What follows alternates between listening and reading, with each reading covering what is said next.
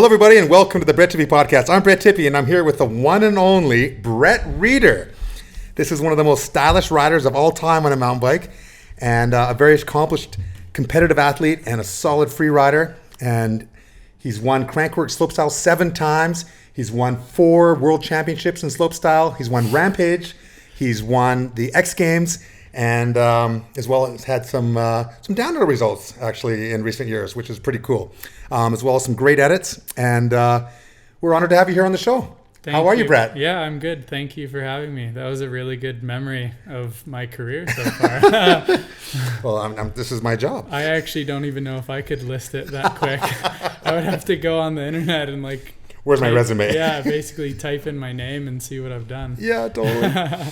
Wow. Well, I've been watching your career, and I've been doing interviews with you for years on the tour at various different events, and always a great guy, nice guy, but very focused competitor. Mm-hmm. And like I say, you've won pretty much everything in the world of competitive freestyle mountain biking and free riding, and you're here right now. We're at the Canadian Championships.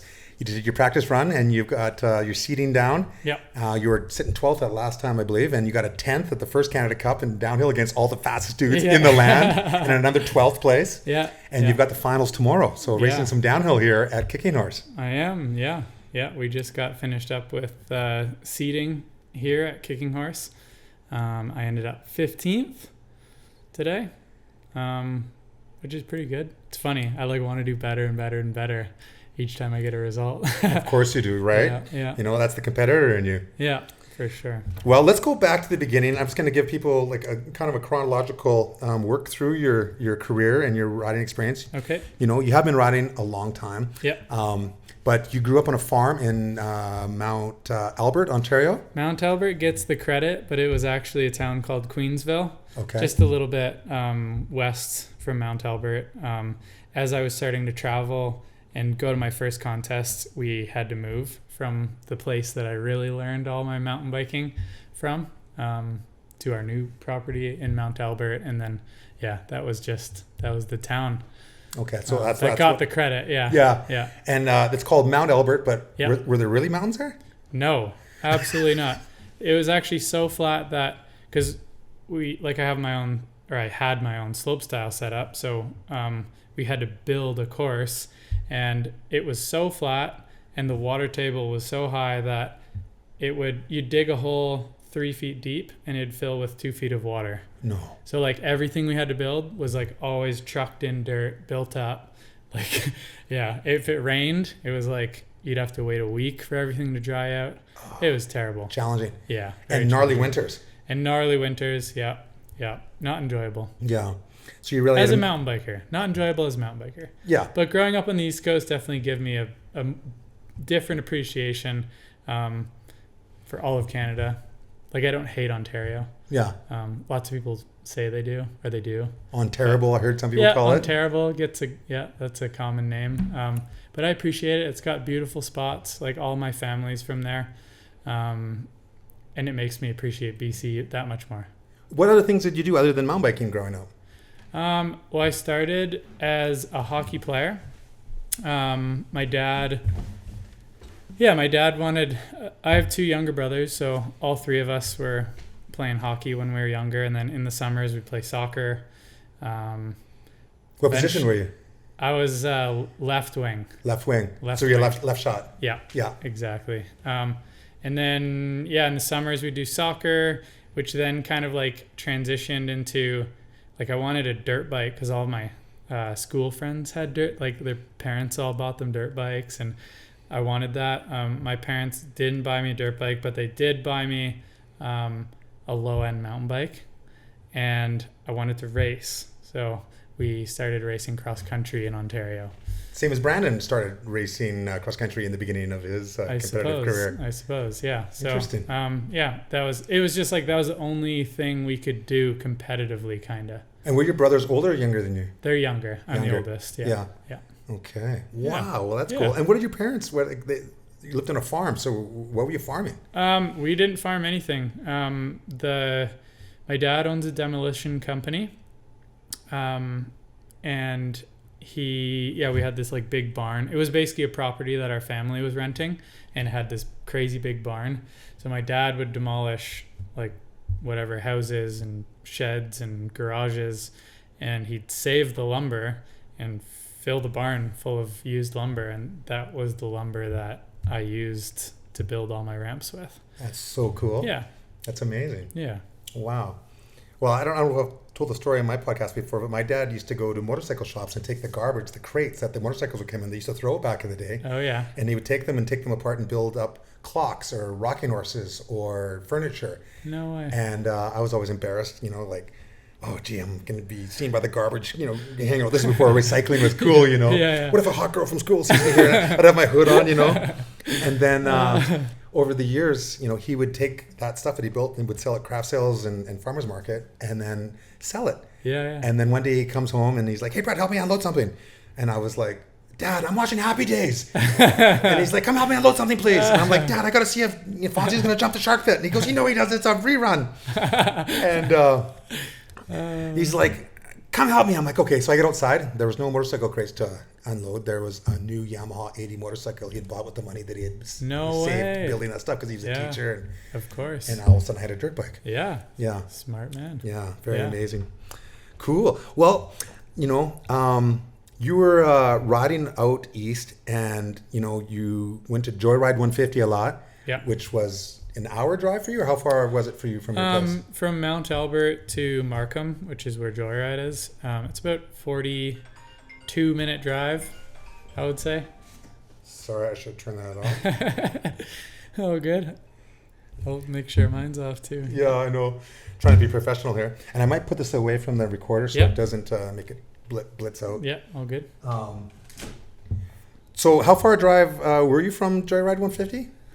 Well, I did it a lot. So it was like on a good day with no traffic, you could probably do 38 minutes. But when I would work in the bike store in Newmarket, and then after work, I'd go and like get the last part of the opening hours at Joyride. And it would take, you could sit there for 50 minutes sometimes with traffic. It sucked. Wow. Oh, I hated hitting traffic trying to get there. Oh, it steals your soul. Because you're just trying to you just want to get there. Yeah. Driving too aggressive. Wow. So coming from the East, you started competing, I think in 2010, 2011. Yeah. How... 2009 to be exact. Oh, you started competing in 2009 in some smaller events. That was I went to Crankworx, Colorado in 2009. Okay. With my family as my first international contest. Oh, wow. Yeah. That's cool. Yeah. And I lasted 30 minutes in practice when I over-rotated a backflip and got a concussion.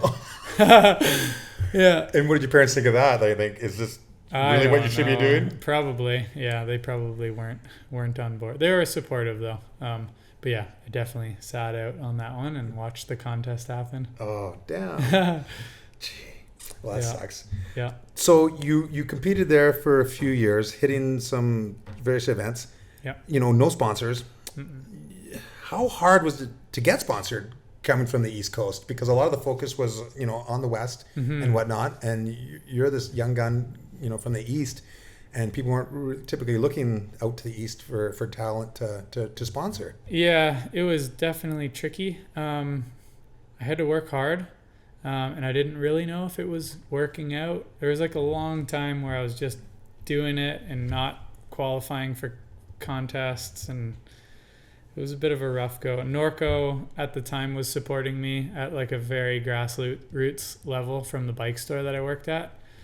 So I'd at least get some discounts on bikes. I was able to work on my bike and stuff in the shop and get cost on parts and stuff. But any help was good help, right? Any help was good help. Yeah, it wasn't until my first, I would say, good video that I filmed with Nick Genovese and Paul Genovese called Winter Depression that we filmed in 2009 or 10.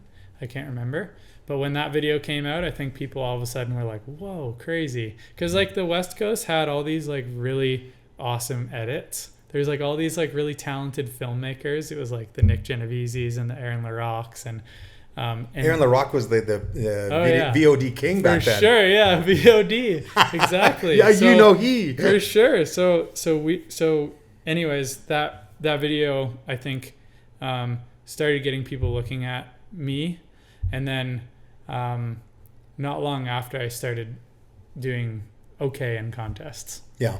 Yeah. The first contest I remember hearing about you was in 2012 at the Claymore Challenge. Oh, yeah. And you got second ahead of Martin Soderstrom, who Yeah. was like a rock star back then. Yeah. And you almost beat Brandon Semenuk, who got first, but you got a second. Yeah. And I remember you were trying to do a front flip, and then you didn't even think you'd make it that far. Then all of a sudden you're going through your run, and then you got up to where it was like a flat drop. Yeah, it was on the flat flip, drop. if I could remember. Yeah. And then you did it and stomped it. Yeah. Yeah. And then finished your run, and then all of a sudden you got second against some of the biggest riders of the day. Yeah, big names. That year, there was 4 contests, Claymore being one of them. I don't remember if that was the first one of the year, but yeah, I started to like getting up on the podium, and that was like a big deal. Like it felt so good because there was so many years of like am I gonna have to get a real job? Is this going to work out? It doesn't really feel like it's working out. Checking my inbox every day to see if I'd get replies from sponsors, and no dice. So then that year started to happen, and started to be up on the podium with Brandon, and then Martin. I think it was pretty much consistent, like Martin, Brandon, and I, like on all podiums that year. Yeah. Yeah, and then I got my first Trek deal. Which I think it solidified my footing in the industry. Oh, for sure. Well, it's a big deal, right? Yeah. Yeah. And so that was 2012. And then 2013, they had the first mountain bike X Games. Mm-hmm. And you won. You won gold. Beat everybody in the world. And it was huge. The course was huge. Yeah. And if I remember correctly, it was pretty windy. So there was kind of some course holds, and some people wanted to go, some people didn't. Yeah. You know, the Claw was up there telling everyone how it was. What was that like? It was a tricky event. Yeah, like they built, like Olympic Park is basically like the highest part of all of Munich, I think. I mean, I'm not from Germany, but when you're up on top of the Roland, you're looking down the highest on Germany. Are like the Alps way in the distance. So like obviously it was windy, and yeah, we had a really tricky practice session, and I remember I think there's like 12 riders that were invited, and it was like a 6-man final, which really didn't look good on the sport because our course was like, it was like so prominently displayed in the X Games venue, because like all the other courses, like the skateboarding and the big air, they're all like down further. They weren't or up like on the hill. Or in a building. Yeah. And ours was like just all on the side of the hill, like you could see it from everywhere. And then to have a 6-man final was a bit. It'd be sweet if we had a full final, but yeah, it was great. I was definitely I was on it at that point, like just gunning for gold. And at that point I hadn't beaten Brandon yet in a contest. Always coming second. And yeah, that was the first time. I crashed on my first run really bad. They had the last drop was massive. It was huge. Bigger than any slopestyle drop we've seen since it. Like it was, so I think they measured 25 feet down and 30 feet out, which is massive for a little 26-inch slopestyle bike. Yeah. And I knew I was gonna 3 it. I didn't try it in practice. And yeah, like first final run coming through, and I pulled off, and at that point I guess I was still not as experienced, and it wasn't the wind. It was not the wind. No, it was me. Yeah. I just pulled a little bit too front tire heavy, and came around, tacoed my wheel, and went down. Luckily, I was okay, and then ran back to the top, and I was able to it was crazy. I was able to one up the first run and land the 3. It was a really special moment. Boom. Yeah. Like X Games gold. And then they haven't had X Games, events. No, that was Since. that was the last. That was the last. So you're still the reigning X Games gold champion. Yeah, I mean they're doing videos now. So I mean it depends who you talk to, but it was the real deal when there's a contest and a course and you have to perform right then and there. Yeah. It's always different than a video. Yeah. But it's cool to see that they're coming back with video stuff. Yeah, that is cool. Yeah, I like video stuff myself. Yeah, it was rad watching everyone this year. So you won that, and then you went on later in the year. You won. There was a bunch of different events. Like the Vienna Air King. I actually just X Games happened, and then the next weekend or 2 weekends later was Crankworx Les Deux Alpes, and I broke my back there right after X Games. I landed on my head. Course was so janky, so bad. The lip was too steep for how big the gap was on this one jump, and I just I tagged it, went over the bars, and landed straight on my head, and I broke my back. So that was like the first, and then the rest of the year I was out. Yeah. Yeah. So when did you win the Vienna Air Kings then? It was 2013 before. That was before the X Games. Yeah, before X Games. I was always an early year contest, and then and then the next year, again I won it because I remember it was my first contest back from competing. How much did you question yourself after breaking your back, and what was going through your brain, and how do you pick yourself up after that? Yeah, like I was off the bike for 3 months with my back. Luckily, it was minor. I compressed 4 vertebrae. T12 being the worst. T5, 6, 7, and then T12 got crushed pretty good. And just so thankful that I kept feeling in my legs, and I'm thankful for that. And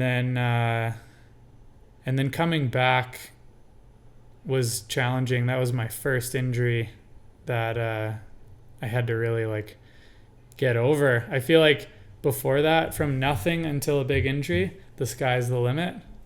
And all then positive thinking. All positive. You're like, I could do this forever. I could keep winning contests forever.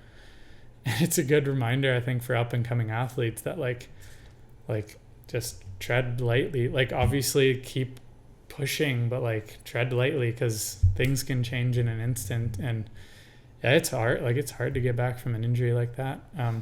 I worked really hard all winter, and luckily it paid off in the first contest back, and I won it. So it's as soon as I won it, I was like, okay, I'm back, I'm good. Yeah, but the sky wasn't the limit after that injury. I was like, damn. Yeah, a little bit of reality. This is is real. Reality kicks in. Yeah. So going on to the next year, then you won an event, Swatch Primeline in Munich. Yeah. And these contests in Europe back in the day, Tarek Rassouli was involved, and various different, independent style contests, but they were on the FMB tour. Yeah. But they have thousands of people at these events in the streets. They were urban events, some of them and whatnot. What's it like being in front of all these thousands of people? It was nuts. Screaming and going off. Primeline was basically the replacement for X Games, because it was still in Olympic Park. And I got to give hats off to Germany. The Germans are they're dedicated fans. It was basically like Red Bull Joyride, but at Olympic Park in Munich. There is thousands and thousands and thousands of people just waiting there. And unfortunately, that place is really windy.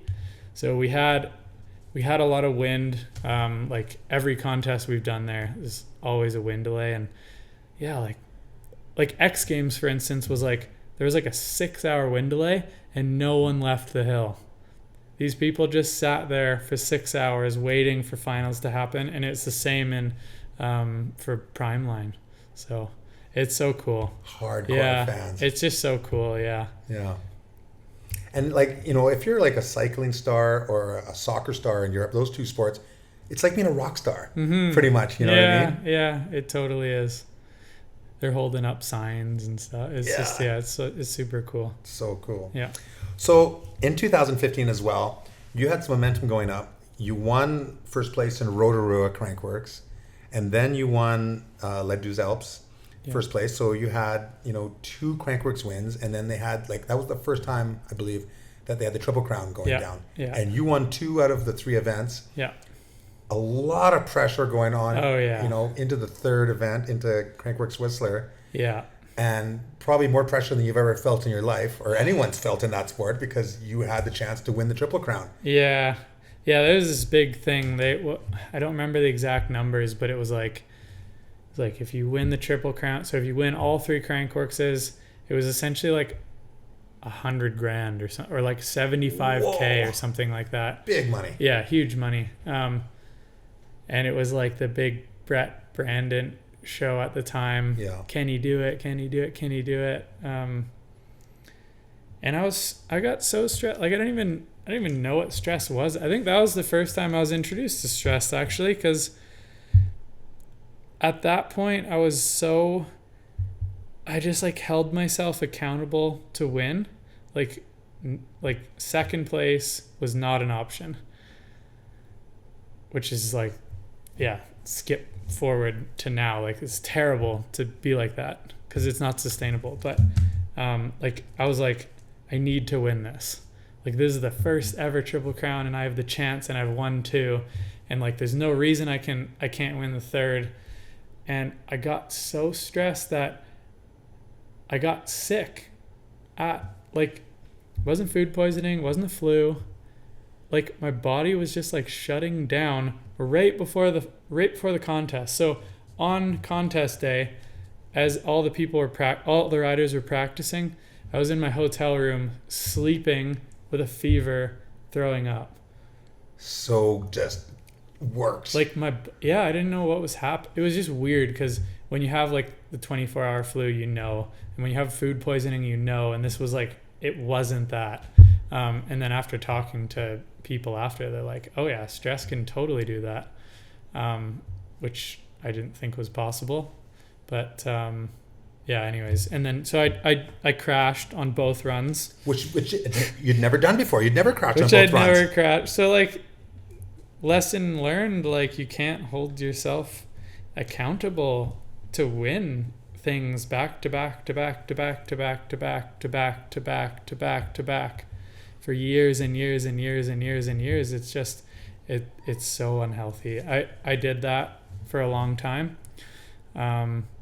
Which in one way is a way to push yourself and exactly to achieve great things, but for sure it's unrealistic to go. It is that hard. You do reach a limit. But at the time, I think that was the first time that started getting in my head. Yeah. And I heard a saying, work for excellence, not perfection. Yeah. Which is something that you might have learned at that time. Yeah. Yeah. And being perfect, it sucks. There's a beauty in imperfection, Yeah. Yeah. Yeah. Interesting. So you felt the pressure. You did not win the Triple Crown. Could have been the first one to do it. Yeah. You didn't get the $75,000 or whatever it was. No. And you got to pick yourself up off the floor. You weren't hurt badly. I don't remember correctly. I had the gnarliest road rash on my back. Yeah. After that, because I just slid down the whole landing. Yeah. It was a rough couple weeks after, not being able to sleep properly. Yeah. Sandpaper sheets. Yeah, we've all done it. All mountain bikers have done it. Yeah, totally. Yeah, but it was all good. Yeah. Well, mentally bruised. You're mentally bruised, but you came back the next year in 2016, and you won the biggest, the Super Bowl of slopestyle. You won Joyride. Yeah. And that's something that every slopestyle rider dreams of, and many mountain bikers. That was the biggest event in the world, and you won clean, fair, and square. Yeah. And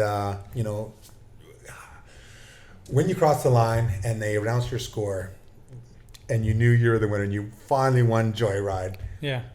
What was exactly going through your head? How did you feel? Honestly, share that moment with us. Honestly, I almost hate to say it, but I was expecting to win it before that, and when I won it, I was expecting to feel those emotions. Yes, this is the best. this is so sick. But I was just like, all right, like, sweet. You know, Really? I honestly, yeah, it was More of a relief than it was, yeah. And that's, yeah. And when we get to down the line, talking about my Rampage win, we can kind of come back to this, but I was expecting to win that contest just from like doing so well in years past and like not having won it, like having the opportunity to win it all, like in like essentially 2012, 13, 14, 15, and then 16 I won, and it was like, all right, like I won it, like check it off the list, like I would, you know. Yeah. Yeah. I don't know. Interesting. Yeah, at the top, kind of looking around, wondering where to go. Yeah. Yeah. Well, unfortunately, later that year, in October, just shortly after winning, you tore your meniscus. And I remember hearing in an interview that you were just, as soon as it happened, you were counting the months until the first Crankworx. Yeah, for sure. Which was in Leger. Yeah. But then you came back, and like before, you came back from an injury, and then you won again. Yeah. Right away. Yeah. Which is another relief. Yeah, for sure. Yeah. It's just like honestly I held myself accountable to win. I was like, you've done it before, like so many times. I don't know what the count of wins is, but like, it's like there is absolutely no reason you can't get back from this knee injury, train your ass off, and just go back and win. Or it would have been Rotorua, I think. The first one of the year. Rotorua, yeah. Yeah. Wow. So, yeah, and then it's always... Yeah, it started to get, like, really serious in those years. Yeah. From 2017 to 19, where, like... Because there's more money, the more media. Yeah. The whole thing was ramping up. Yeah. Yeah, definitely. And I stopped doing... At that point, I stopped doing all the smaller contests that defined who I was. Because I was like, oh, I don't need to do those because, like, it's just I'm risking getting hurt, like, unnecessarily because, like, I'm expected to win the big ones, all the big ones. Yeah. So, like, I'm not going to worry about the small ones. So you get less practice, yeah. In a competition setting. Yeah. But then again, you do take less risks to make sure you are healthy for the big ones. So kind of a bit of good and bad there. Yeah, it is. I think like at the end of the day, it's good to keep, I don't know, I guess keep holding yourself accountable in every way. Because you start to get complacent, like at the top, like just competing in 4. You're like, nope, nothing else. Like get like so many emails from contests happening in Europe, like you're invited. Just like, nope. But if I did do those, then I'd be in better shape going into those bigger contests. I'd have more experience, more time on the bike, Yeah, but you might get hurt.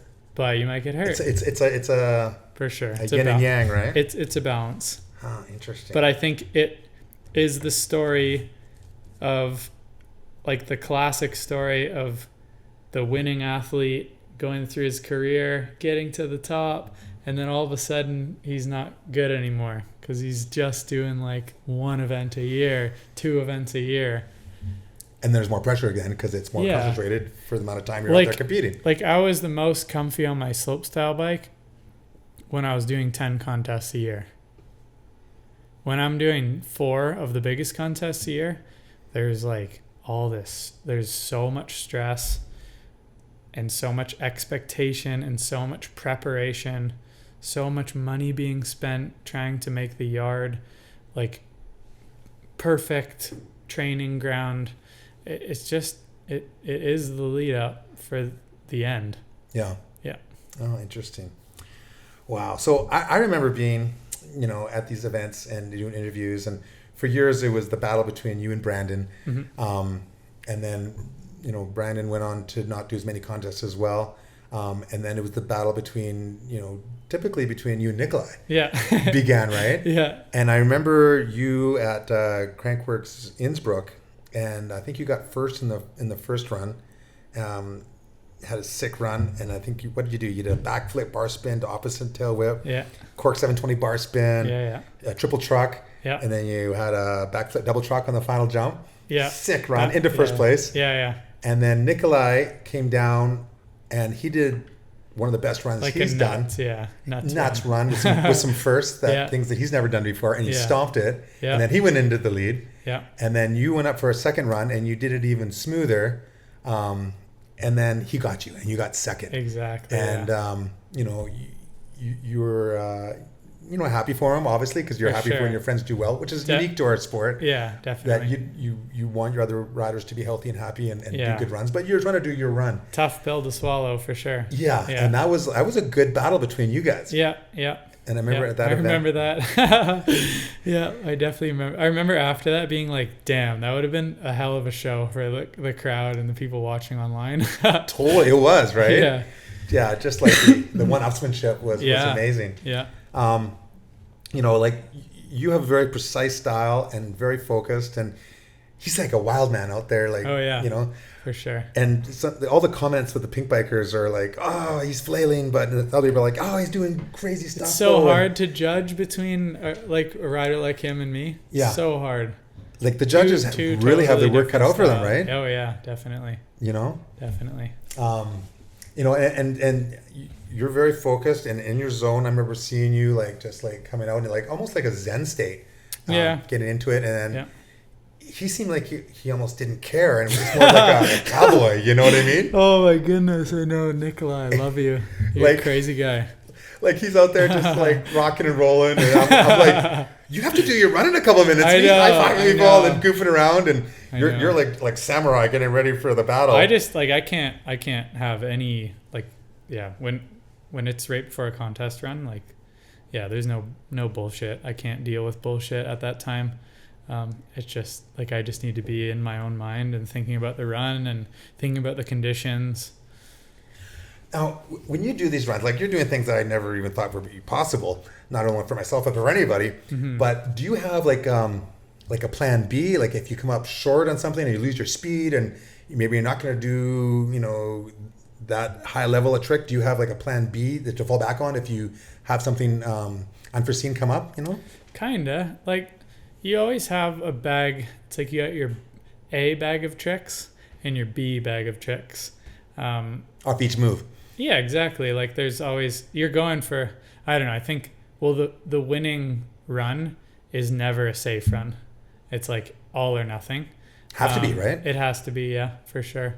There's the odd time, you case something or you land a little deep and don't have enough speed, and you can kind of get through it. Like I'm just thinking like you got your tricks that you can push through if you don't have enough speed. Gravitate towards those, but like at the end of the day, if you screw up, like you're kind of screwed anyways. Yeah. Kind of. Interesting. Yeah. Well, like if you're doing like a 7 bar to a flip double whip and you land low on 7 bar, like, and you do a flip whip, that's like not going to cut it. Yeah.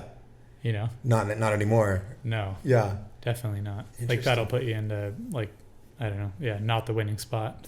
Second, third. Yeah. Yeah.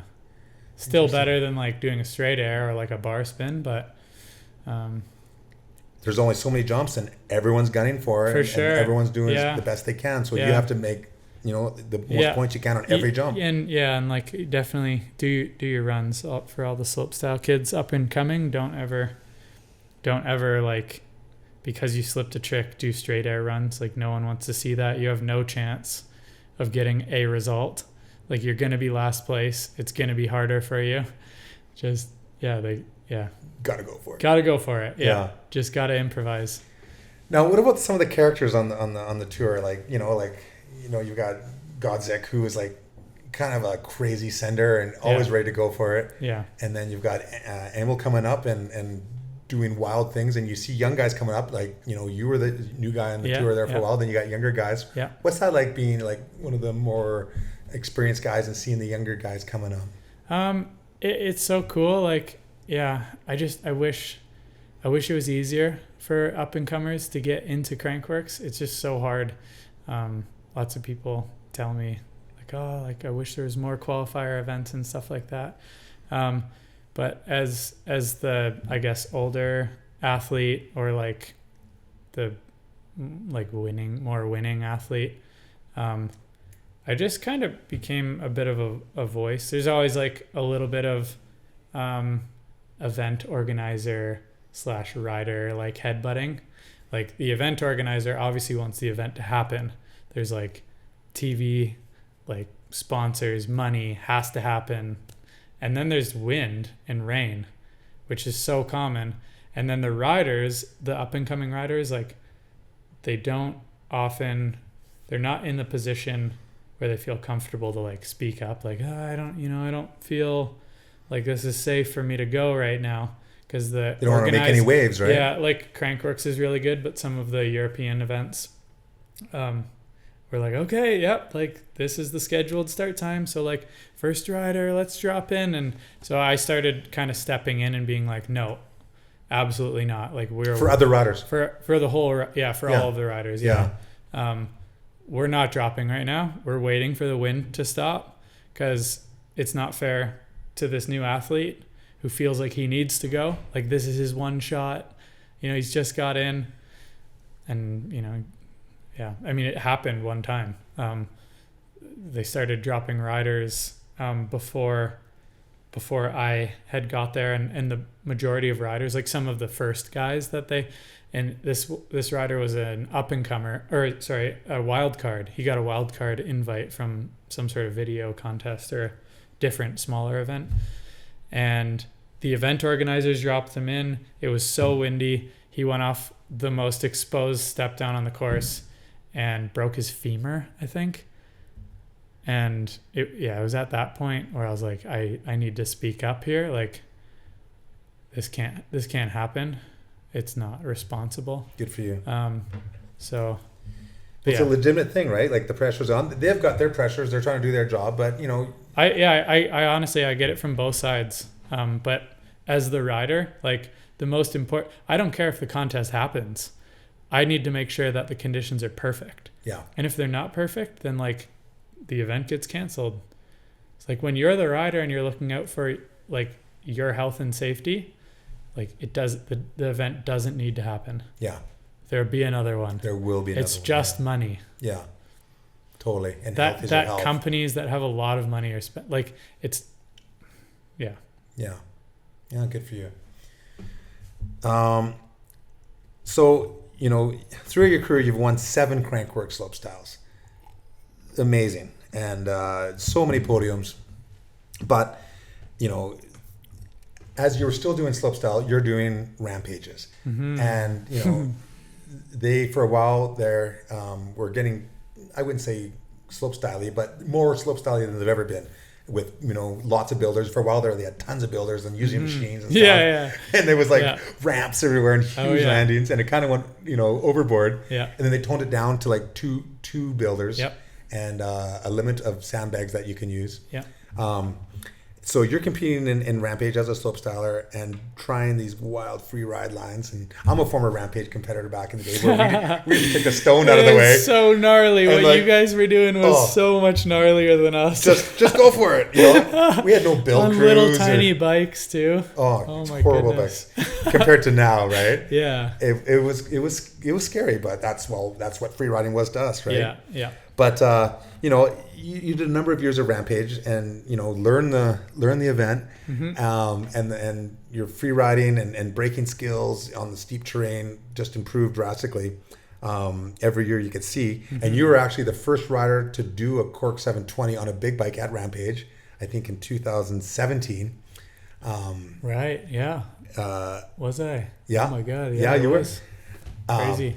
That was rough. I landed like 1 out of 5, I think. But you did it in the finals, which is when it counted. Yeah. A testament to your ability to handle pressure and get it done when it has to happen. Yeah. Mm-hmm. But then you won the biggest free ride contest in the world. You won Rampage. Yeah. In 2018, and I remember I was there doing, just the tip for Pink Bike, and you had a crash the morning of your Rampage win. Yeah. And you hadn't even done a complete top to bottom yet. No. You'd done all your features, but you hadn't even done a top to bottom run yet. Mm-hmm. And I know that you were planning to do this flat drop backflip off this massive drop. And you hadn't done a top to bottom. What was going through your brain as you dropped in for your winning Rampage run?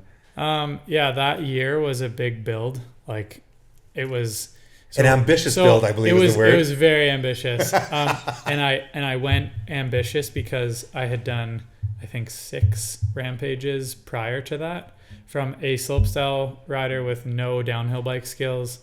And then every single year, except for 2013 because of the back injury, every single year building up skill. And like, I had a couple 5th places, which were good, like 10th or 11th, 15th. Like, there was something missing. And I realized that because I did that Cork 7 and like still like wasn't sweet. And I was like, okay, well, there's like a big element missing here. And I came to realize that I just need like big shit in my line. Yeah. Like it needs to be gnarly. Yeah. It needs to be on the edge of being possible.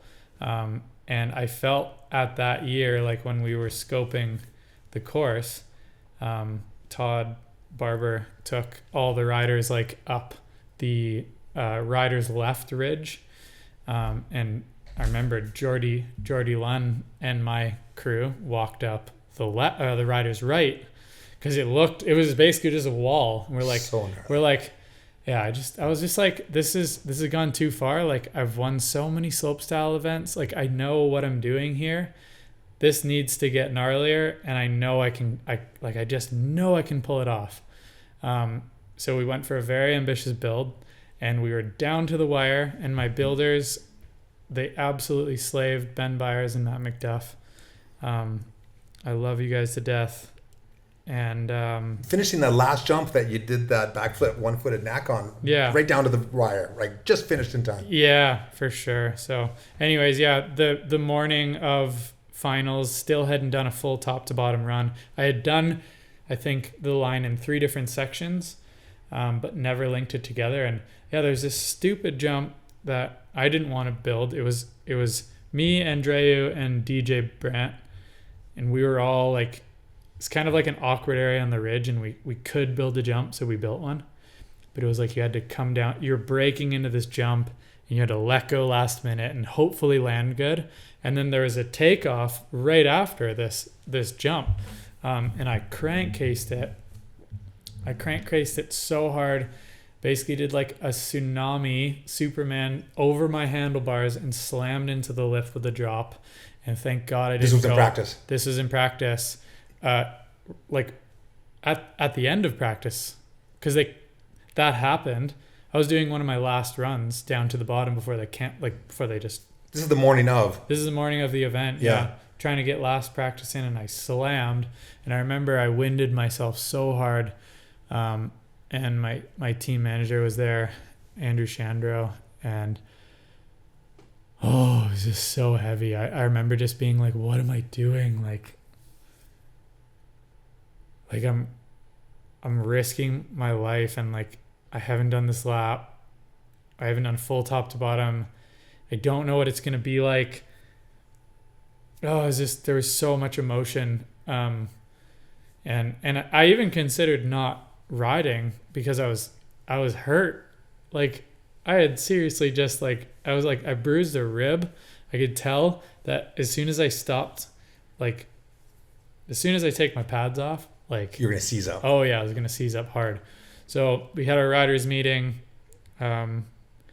I think Chandra was just like, dude, like, you got it. He's so good at talking me up, or like, getting me back fired up. And I was just like, fuck, okay, well, go up. And anyways, and then I did my first run, and it was like flawless down to the bottom.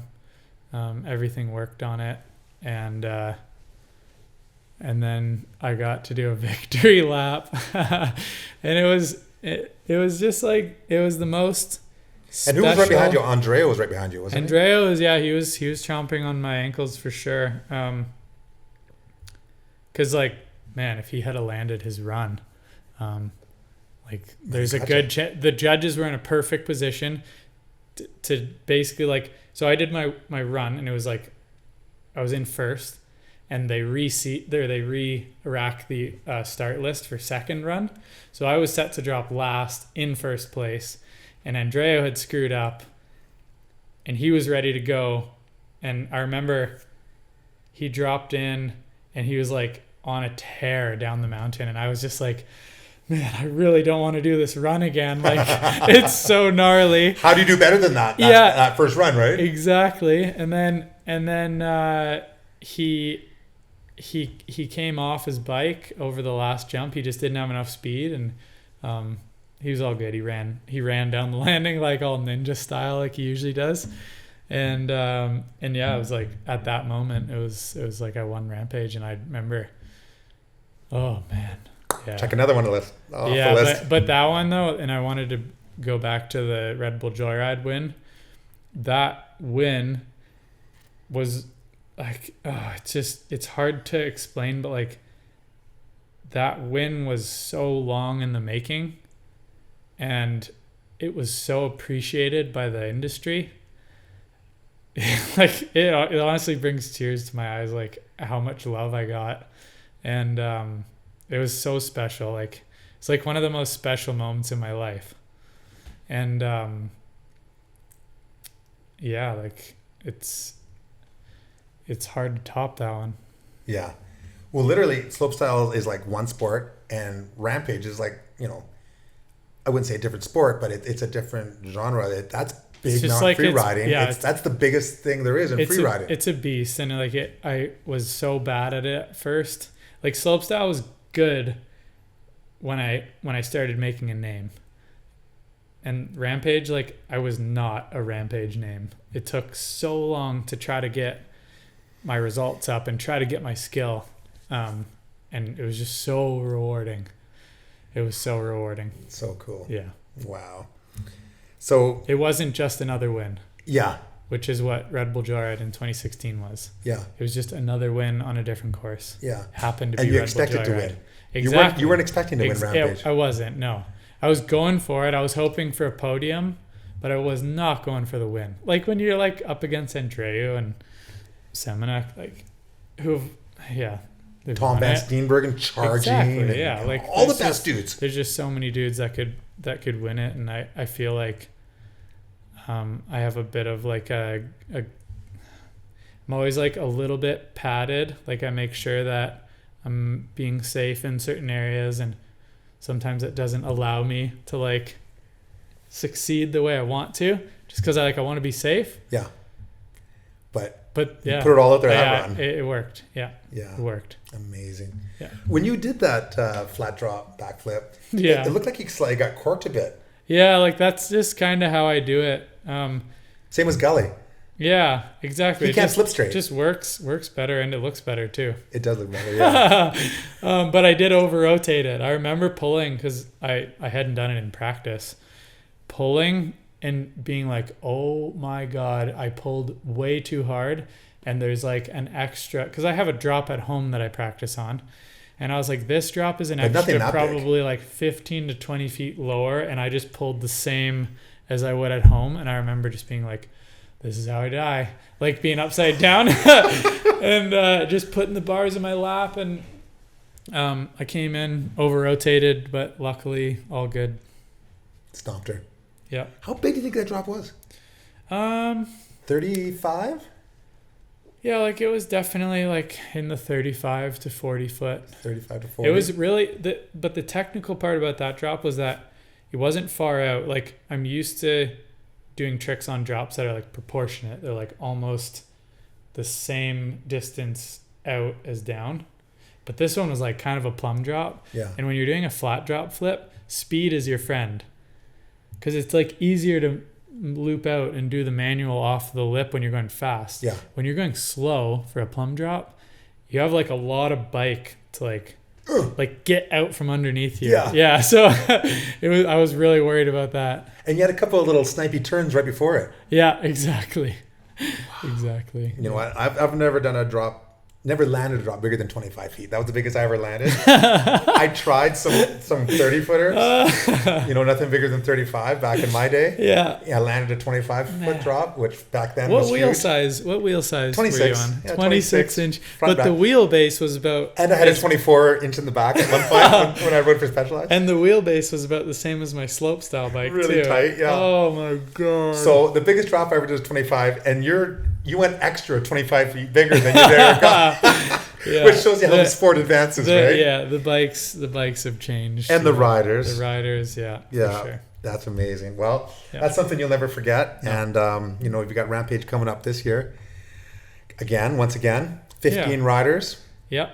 And back to the desert. Yep. And, we're looking forward to that as always. We've had COVID shutting events down for pretty much for like a year. Yeah. But that takes me to another thing you've been doing. You went and raced some downhill. You've done some downhills over the years. I remember in 2014 you got 7th in Taxco. Yeah, I went to urban downhill. Yeah, I went to the Mexican urban race. Yeah, which was pretty cool. And yeah. Who would have expected you to get like 7th racing downhill, which was crazy, awesome. Crazy.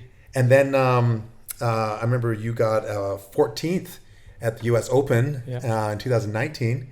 But last year, then you came out to the Crankworx Summer Series and surprised everyone with coming out and racing some downhill. Yeah. And you're racing some very fast people like Finn Isles and Jesse Melamed. And for sure. You got a 3rd in the downhill at Silver Star. Yeah, definitely crazy. I've just been interested in it. Yeah, like over the years, I've watched it. Like from being a slopestyle athlete, I can just. Like it's so easy on social media. You can just watch and follow the race circuit. And I started like over the years getting more and more interested in it. And the Taxco thing was more of like a bit of an obligation. And I just kind of went for it. And that was like kind of, I didn't even consider it really as a downhill race, but it was the Fox US Open where I came 14th, where I was just like, there was like it was a Fox event, like Fox Racing is like the main sponsor. So I went down for that, and they were doing like trains with the freeride guys, and then they were doing the downhill race with the downhill racers. And I basically was just like, I've done the freeride thing. Like you guys go have fun doing trains. I'm going to try to do the race. It was so sick because I got to do a track walk with Loic Bruni. And sick. Like it was so sick to take notes from him and just get to hang out. Like Loris was there and Tawny was there. It was just really refreshing. Always being in the same, like with the same people doing the same thing, and then to just switch it up completely was so refreshing. Yeah. And I did pretty good, and I was on like a really pretty good. You were like top 20, 14th against like. And I was on like a little tiny Rampage bike. Like we have like custom small Rampage bike, so they can do tricks. Yeah, it's funny. Everyone was laughing at the bike. Yeah. Oh, that's awesome. Mm-hmm. Well, this takes me to the Ride Wrap Crash of Your Life. And we're sponsored by Ride Wrap. So this is a special feature where, I'm going to ask you about the best crash of your life. It would have to be fairly recently. You broke a femur in 2020. Yeah, like just over the... hard to say. I don't know if that's a crash of your life or the worst injury you've ever had. But broken femur is pretty major. We'll do injuries because there's been too many crashes to count, really. But like... Yeah, I would say the femur was probably bad. I was I have the video of it. I just haven't posted it. I want to go get redemption on the line that I was doing, and then I'll post it. But I essentially hit a ramp going backwards, and it snapped my femur. Like, so I got impacted from behind, and it like right on the edge of the ramp, and it like broke the femoral head off the femur pretty much. Like it just shattered it. And I never like broken a leg or a limb before, but it was a very it was a very heavy recovery. Yeah, big time. So you knew right away, obviously. Man, I hit the ramp and I fell to the ground so hard. Like usually when you crash, you like save it, or like you don't like flop on the ground like a dead body. But I hit and I just like I went to the ground so fast and I was like, ouch, that hurt. Like, fuck. And I was like, well, actually I didn't move around, but I was all like upside down. My legs were up the ramp and my head was at the bottom. So like blood was rushing my head and I was like, this is uncomfortable. So I tried to like move. And as soon as I moved like one little millimeter, I was like, oh no, like, okay, yeah, something's like pretty wrong. And I could tell it was coming from, I didn't know if it was a femur though, because it was so high up on the femur. Close to the hip. Close to the hip. Really hard to tell. Yeah. Oh, it was so bad. Yeah. But it ended up being a quick recovery. I recovered in 2 months essentially. Well, I mean, I guess you could say I'm still kind of recovering from it. Like it's stiff sometimes and like I definitely have to do lots of stretching and yoga, but I rode my bike for the first time 2 months after. And 2 months. Yeah. Wow. And I'd like to give credit to Dragonfly Earth Medicine for helping me heal. Like, boom, right there. I just got some myself from Skydon Service. Exactly. Yeah. They take care of people, and yeah, like just the most kind humans. So, anyways, that was a bad one. Well, there you Try go. to avoid breaking. But how did your femur. bike look with your ride wrap? My ride wrap looks pretty good right now. It actually The bike was fine. Yeah. Oh man. And it's So not dinged up. that was December. Yeah. 2020. Yeah. It's now 2021 here. Yeah. And you're racing downhill on the Dunbar Cycle Summer Series, Canada Cup Series. Mm-hmm. You got 10th at the first one at Fernie. Yeah. You made a little bit of a mistake, but you were hauling. You got like 12th at Panorama. Yeah. And you're seated 15th today against the best riders in Canada. We got Finn Isles here, Mm-hmm. Mark Wallace Yeah. and Forrest Riesco, all the fastest Canadians. Yeah. And you're hanging in there with the fastest dudes after breaking your femur only last winter. Yeah. Like, to be honest, like, I don't really know what I'm doing. I'm like, why I'm here. I think like I don't really know why I'm here. I had a week and I wanted to do some more downhill racing because of the last couple of years and the enjoyment. Like I've really burnt myself out from slopestyle and holding myself accountable to win all these contests. And like after 10 years of winning everything, it's like, why like if I'm not having fun, then why would I keep doing that? So, I mean, maybe there is like a little bit of an element of like, okay, well, would it be fun to switch up gears and try something completely new? Something where like I have nothing to lose and everything to gain, which is the total opposite from where I'm at with slopestyle and freeride. Yeah.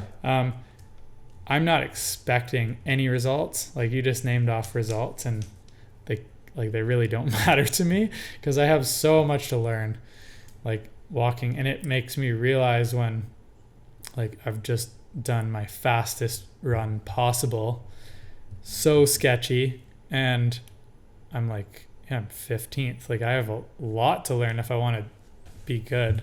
But that's why I'm out here. Yeah. Just to learn. I have a week off. Or a week. I could justify a week to spend doing racing. So doing 3 races, and luckily I've done okay at the first 2, and hopefully tomorrow goes well. But just like it's an exciting thing. Like I've gained the skill over the years from being a slopestyle athlete and trying to do Rampage and riding good trail bikes and good downhill bikes, and now like I feel like I can put like the big 29er race rig to the test. I'm like interested in it. Yeah. Like I'm like I'll be in my garage at night and I'll be looking at my downhill bike. That's a sign right there. That's a sign. Yeah. Like I'm not looking at my slope bike as I used to, you know? So that's cool. And there's no stress, right? No, it is pretty, like it is casual, and it's so cool. Like there's been so many people like telling me how awesome they think it is that I'm racing. And I feel, like it's a very welcoming scene. Yeah. At this level anyway. For sure. Yeah. Yeah. Well, you're still racing pro elite, but, it's like a little family out there traveling from race to race. And, like you do have the best riders from across the land. We've got some fast riders from Quebec and Ontario and BC and Alberta. Yeah. But, it's still got that down home feeling, which is really cool, which is I've seen on the BC Cup. I've been announcing BC Cup and Canada Cup for over 10 years now. And it's such a good vibe. And pretty gnarly courses, actually, for a little, little circuit. God. It blows me away. Like, as I said, I don't have the skill that those guys do, but it's crazy how fast, like when I get to the bottom and I'm like, okay, that had to be the fastest you could possibly ride this. And then I see that like the guys are like 15 to 20 seconds faster. I'm like, how is that possible? That like doesn't make sense to me. I know, right? Yeah. Totally nuts. It's crazy. Yeah. Oh, I know. Yeah, we've got riders, like I say, Finn Isles got the fastest seated time today, and he's favored to win tomorrow. And he got to the bottom of the course and he was gassed. And just, it's a steep, long section, then a pedal at the end across the traverse.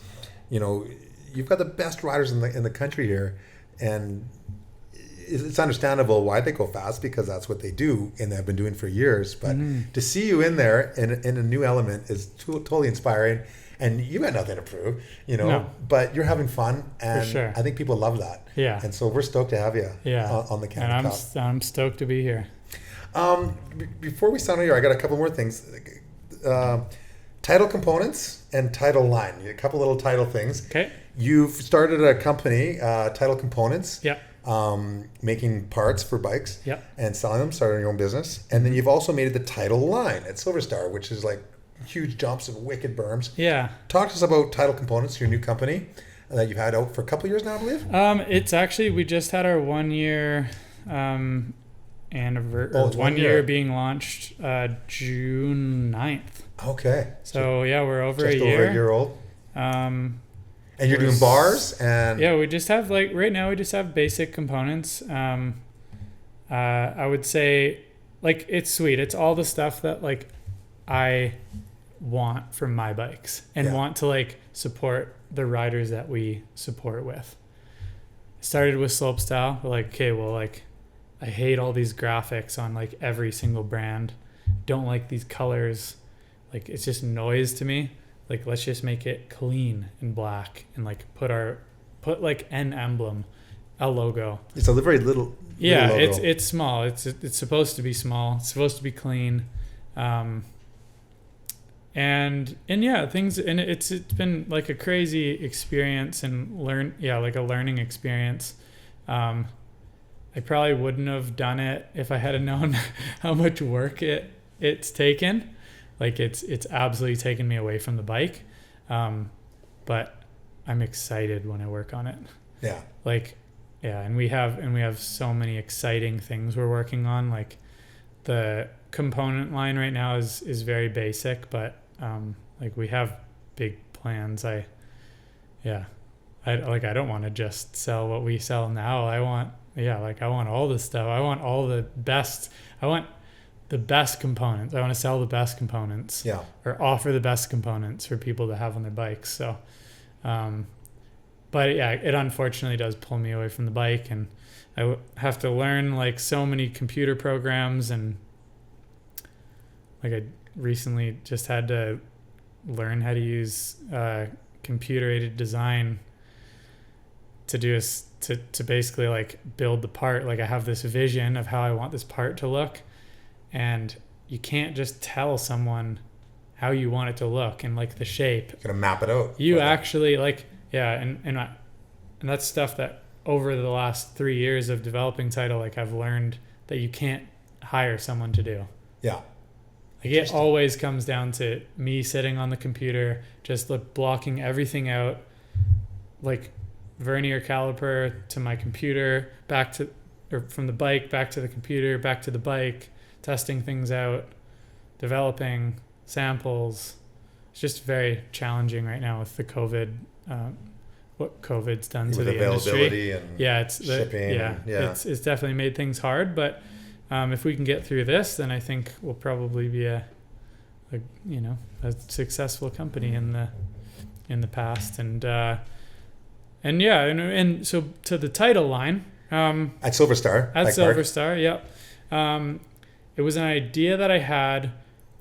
I just want to do things more impactful. Title is my reason for giving back.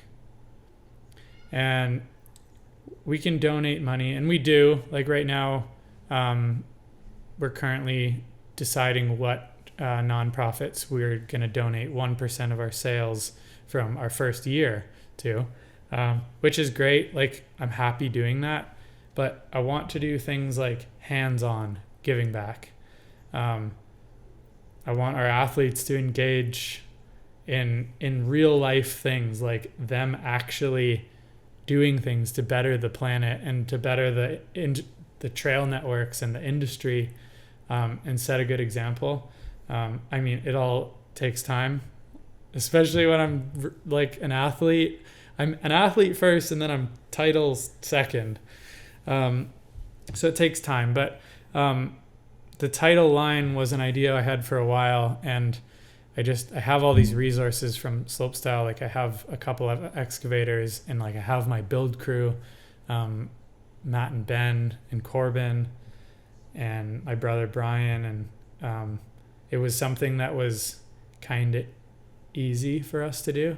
Ended up costing a lot more money than we should have spent on something like that as a brand new company, but I think people really enjoyed it, and it feels right to give people like a trail that like a lot of people can ride. Like, the first part is meant to, it's just berms and rollers, like sick, and then I enjoyed the first part, but then we got into those massive jumps, and I was like, I'm not sending that. I don't even know it's over there. It's massive. Yeah, but then the second part, it's like, okay, well, like I want something that I have fun riding too. Yeah. So then but then building it in the safest way possible to help people progress. So anyway, they're like snowboard style jumps. Yeah, they're sick. Maybe one day I'll hit those, but for now, you get there. I'll maybe you can tow me in someday. Awesome. Well, that's really cool. That's inspiring as well. So a whole new world for you, and I'd love to see it. We're ready to wrap things up here. It's been an hour, and I appreciate you having a word with us. But we always end with a joke. And we're wondering if you have a joke for us. A cheesier and the more of a dad joke, the better. Oh, okay. All right. What do downhill racers eat before the race run? What do downhill racers eat before the race run? The competition? I don't know. Nothing. They're fast. Nothing. They fast. See, this is why I can't tell jokes. Nothing. They fast. Nothing. They fast. Okay, I get it. Nothing.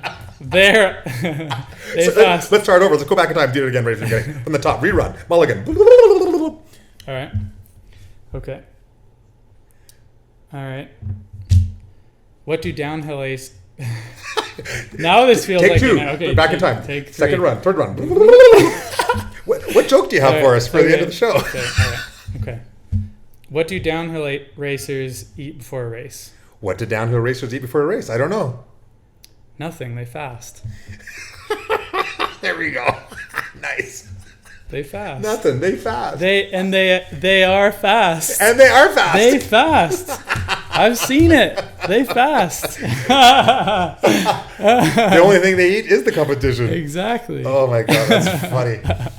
Okay. Well, in classic form, I have one back for you. Okay. My dog used to chase people on a bike a lot. It got so bad, I had to take his bike away.